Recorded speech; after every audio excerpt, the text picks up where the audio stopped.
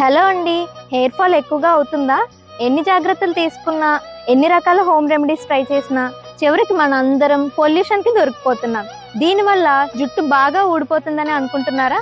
అయితే ఈ టిప్స్ మీకోసమే. వారానికి 2 సార్లైనా ఒక మంచి యాంటీ హెయిర్ ఫాల్ షాంపూతో హెయిర్ వాష్ చేసుకోవాలి.